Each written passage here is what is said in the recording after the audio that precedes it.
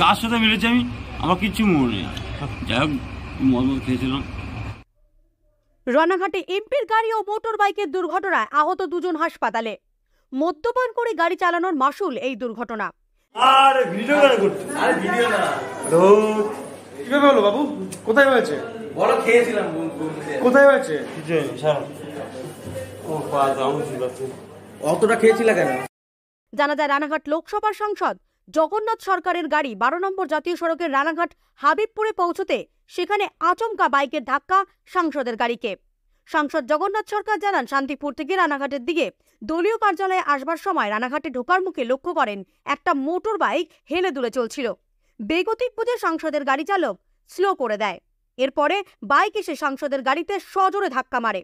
ঘটনায় 2 বাইক আরোহী রাস্তায় লুটিয়ে পড়ে। আহত 2 বাইক আরোহীকে সাংসদ জগন্নাথ সরকার এবং তার নিরাপত্তারক্ষীরা তুলে নিয়ে গিয়ে রানাঘাট মহকুমা হাসপাতালে ভর্তি করে চিকিৎসার ব্যবস্থা করেন। দুর্ঘটনায় ক্ষতিগ্রস্ত হয় মোটর বাইকটি এবং সাংসদের গাড়ি। আহত দুজন রানাঘাট হাবিবপুরের বাসিন্দা বলে জানা যায়। প্রাথমিক ধারণা মদ্যপান করায় এই দুর্ঘটনা ঘটে। ব্যুরো রিপোর্ট, বর্তমান ভারত।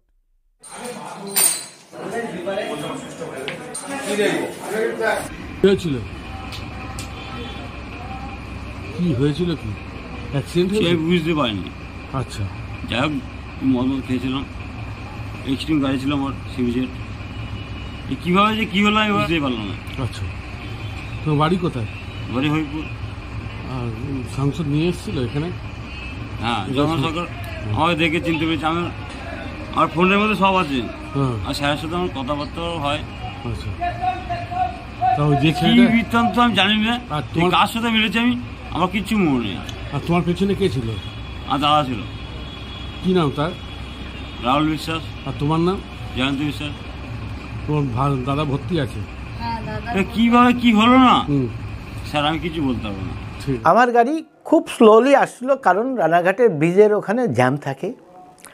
জ্যামের মুখেই হঠাৎ করে দেখলাম একটা মোটর সাইকেলে চড়ে দুজনা তাদের গাড়ি কাঁপতে কাঁপতে এসে আমার সামনে এসে ধাক্কা মারল। আমার ড্রাইভার ওই অবস্থা দেখেই সে আগেই ব্রেক করে দিয়েছিল, তবুও শেষে ধাক্কা লাগাতে স্বাভাবিক ওই গাড়ি ছিটকে সে কাছে পড়লো।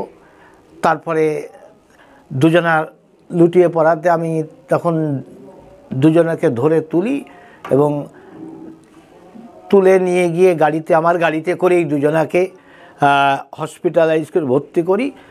পরিচয় জানতে পারলাম তারা আপন 2 ভাই, যাদের বাড়ি হবিবপুরে।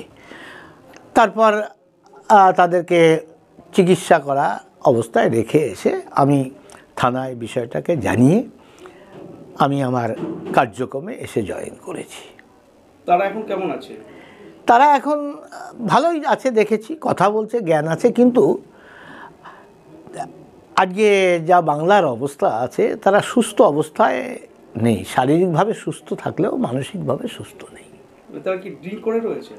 সেটাই দেখা যাচ্ছে, সেই অবস্থাতেই আছে। ড্রিঙ্ক করে, প্রচণ্ড ড্রিঙ্ক করে আছে। সরকার তো সস্তায় সাপ্লাই দিচ্ছে, আর তার সুযোগ তারা হয়তো নিচ্ছে।